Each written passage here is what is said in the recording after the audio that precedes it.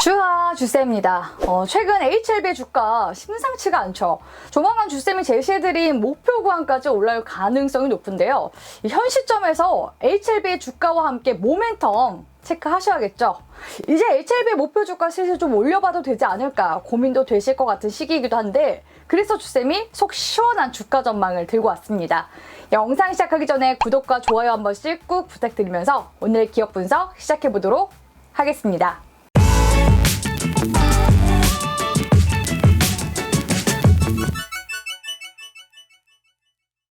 먼저 최근 HLB의 주가 동향부터 살펴볼까요?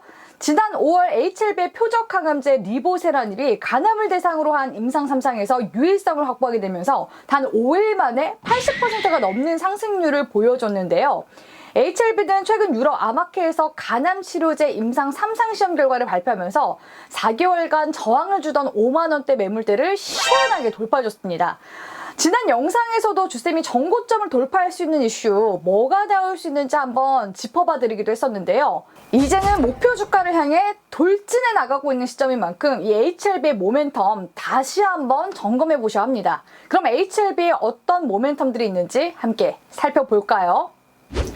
HLB의 핵심 파이프라인인 표적 항암제 리보세라닙. 리보세라닙은 2004년 미국 어드벤첸 연구소가 개발한 표적 항암제로 HLB는 지난 2007년 미국 내 자회사인 엘레바를 통해 글로벌 판권을 확보했습니다.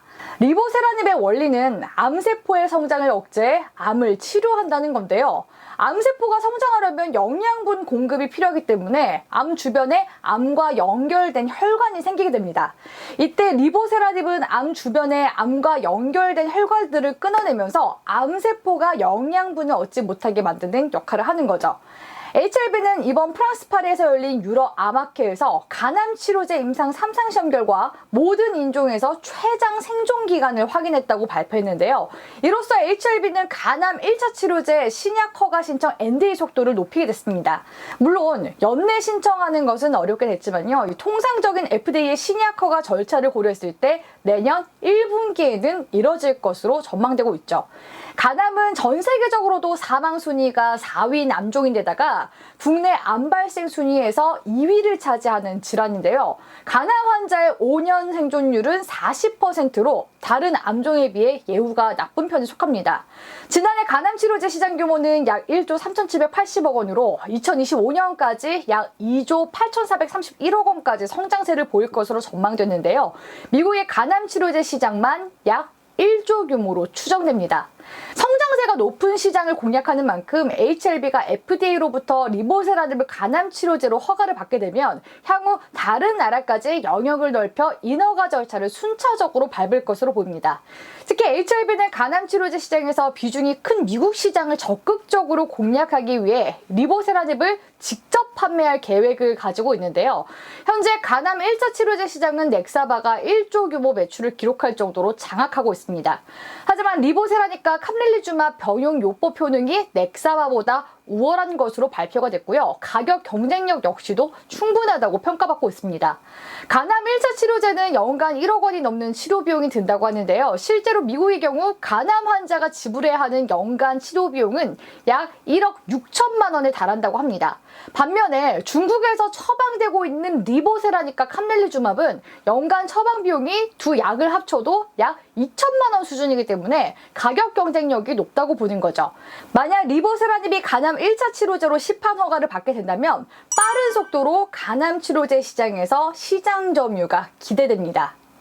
현재 업계에서는 간암 치료제 NDA에 앞서 선약 낭성암을 적응증으로 한 리보세라닙 NDA 신청이 더 빠를 것으로 예상하고 있는데요. 선낭암은 아직까지도 표준 치료제가 없습니다. 선낭암에 대해 좀 더 설명을 보충하자면요. 이 선낭암의 경우 침샘암으로도 불리는 희귀 질병으로 미국에서만 매년 1,200명 이상의 환자가 발생한다고 합니다. 이 반복적인 수술이나 방사선 치료 외에 아직까지 승인받은 치료제가 없는 난치성 질병이라고 볼 수 있겠습니다. 이 선낭암은 특히 조직학적으로 워낙 다양하고 복잡하기 때문에 미리 감별하기가 어렵고요. 타액선 전반에 다발적으로 발생해 치료 부위를 특정하기도 매우 까다롭다고 합니다. 신경을 따라 국소 재발하거나 폐나 뼈, 내장, 뇌 등으로 원격 전이도 빈번하게 일어나는 악성 높은 암종이라고 볼 수 있죠.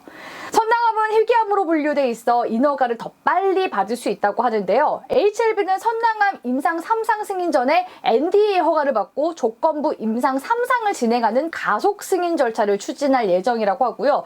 최근에 FDA와 이와 관련한 미팅도 마친 상태이기도 합니다. 그런데 만약 이 가속 승인에 실패하면은 어떻게 되냐고요? 그렇게 되더라도 HLB는 글로벌 임상 3상을 계속해서 이어나갈 방침이라고 합니다. 리보세라님 선낭암 1차 치료제 임상 3상이 한국과 미국에서 진행된 만큼 HLB는 FDA로부터 가속 승인을 받게 되면 국내 식약처 허가 역시 추진하면서 글로벌 판매를 개시해 나갈 것이라고 계획을 밝히기도 했죠. HLB 주주라면 이 선량 난성암 NDA 승인 이슈 역시도 함께 필수적으로 체크하시는 게 좋겠죠.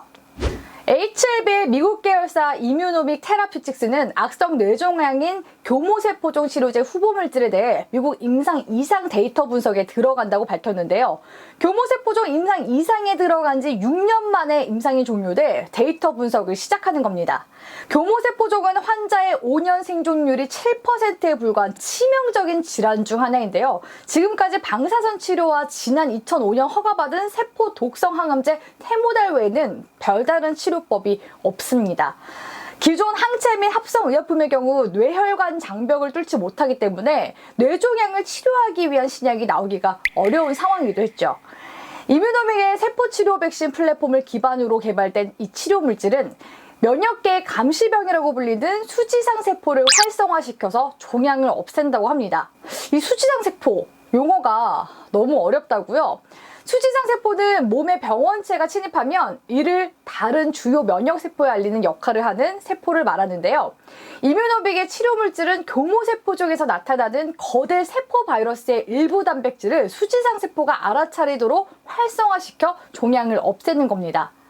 교모세포족은 미국에서 암 사망률이 4번째인 악성 종양임에도 불구하고 17년간 성공한 신약이 단 하나도 없었는데요. 만약 임상 결과가 긍정적으로 나온다면 이뮤노믹의 교모세포종 치료제가 독점적으로 쓰이게 되겠죠.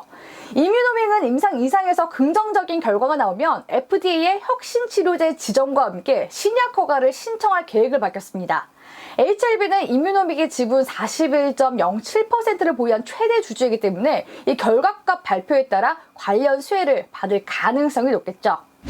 현재 HLB는 잭팟을 앞두고 있다고 말해도 과언이 아닌데요. 리보세라닙의 간암 치료제뿐만 아니라 선낭암 치료제에 대한 신약 승인 기대감이 높아지고 있는 시점이기도 하고요.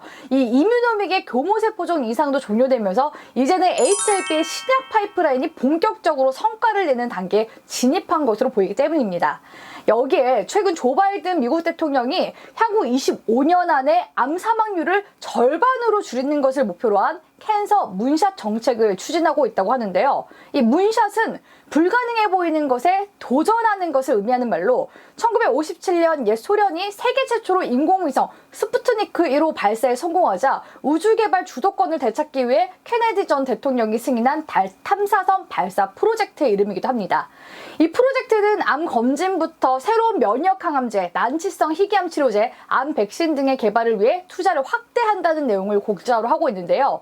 미국에서 난치성 희귀암 치료제를 개발 중인 국내 기업 HLB 역시도 이 미국 정책의 수혜를 볼 수 있다는 겁니다. HLB의 빅픽처일까요? HLB는 미국 자회사 엘레바, 이뮤노믹과 관계사 베리스모를 통해 희귀암에 대한 혁신 신약을 개발하고 있어 수혜가 기대되는데요. 이 베리스모는 최근 FDA의 차세대 카티 계열 치료제 개발을 위한 임상 1상 시험 계획서를 제출하기도 했습니다. 베리스모는 카티 관련 최다 특허를 보유한 펜실베니아 대학에서 분사한 기업으로 HLB 제약, HLB, 유펜 등이 주요 주주로 참여하고 있는데요. HLB 제약은 지난해 3월 베리스모 지분 30%를 취득해 대주주로 등극이 되어 있고요. HLB 또한 10%를 취득하며 2대 주주에 올라와 있습니다. 이후 추가 지분 취득을 통해 HLB 그룹은 총 44.85%의 베리스모 지분을 보유하고 있죠. 베리스모는 지난 2월 한국의 자회사인 베리스모 아시아를 설립해 아시아 시장 진입을 위한 교두보를 마련하기도 했는데요. 이 베리스모 아시아 아시아는 향후 아시아 지역에 특화된 다양한 CAR-T 치료제를 개발해 한국, 중국, 일본 등 아시아 국가에서 임상을 진행할 계획을 밝혔습니다. 즉, 중장기적으로는 이 HLB 제약이 국내 및 아시아 지역의 CAR-T 생산 및 판매에 대한 권리를 확보해 나갈 수 있다는 점에서 앞으로 이 베리스모와 HLB 그룹 간의 시너지 역시 기대해 볼 수가 있겠죠. 이처럼 이 HLB의 미국 자회사, 관계사에서 개발하고 있는 신약들은 이미 각 적응증에 대해 희귀의약품으로 지정이 되어 있는 상태인데요. 앞으로 미국 정부의 대대적인 암치료 네트워크 구축에 있어 HLB의 미국 자회사와 관계사가 중요한 역할을 할 수 있을지 귀추가 주목됩니다. 그렇다면 이 HLB의 목표 주가 더 높여봐도 괜찮을까요? HLB의 월봉 차트를 함께 살펴볼까요? HLB의 월봉 차트를 보시면 볼린저 밴드 상단선까지 매물대가 열려있는 모습을 확인하실 수 있는데요. 주쌤이 그동안 HLB 영상 올려드릴 때마다 목표 주가 얼마 보라고 했었죠? 네, 6만원 보라고 말씀드렸습니다. 6만원 구간이 바로 볼린저 밴드 상단선, 저항 역할을 하기 때문인데요. 현재 HLB의 다양한 파이프라인과 함께 미국의 캔서 문샷 정책 이슈까지 들어온 상황이기 때문에 6만원 돌파 가능성도 높은 시점이기도 합니다. 하지만 한 번은 매물 소화를 크게 해줄 수 있는 만큼 현 구간에서는 단계에서 스윙 관점으로 6만원대 부근까지 노려보시고요. 시세 움직임 상관없이 전망만 보고 가겠다 하신다면 향후 최고점이었던 9만원대까지 목표 주가 상향해 볼 수 있을 것 같습니다. 다만 최근 시장이 많이 흔들리는 만큼 기술적 분석은 참고만 하시고요. 만약 장대응이 필요하다 하시는 분, 또 수익을 극대화하고 싶으신 분들은 주쌤의 멤버십 장중방송 통해서 도움 받으시길 바라겠습니다. 오늘은 HLB 브리핑 한 번 더 도와드렸는데요. 최근 HLB 영상 많이 올려드리고 있는데 그만큼 이 HLB의 기대감이 큰 시점이어서 함께 봐드리고 있습니다. 주쌤 채널 구독 안 하셨던 분들은요, 구독하시고 이후에 올라오는 영상들 참고하시면 좋겠죠. 끝으로 오늘의 영상이 유익하셨다면 구독과 좋아요와 함께 소중한 댓글 기다리도록 하겠습니다. 주쌤의 댓글에 하트 꾹꾹꾹 눌러드리도록 할게요. 그럼 오늘도 가져와!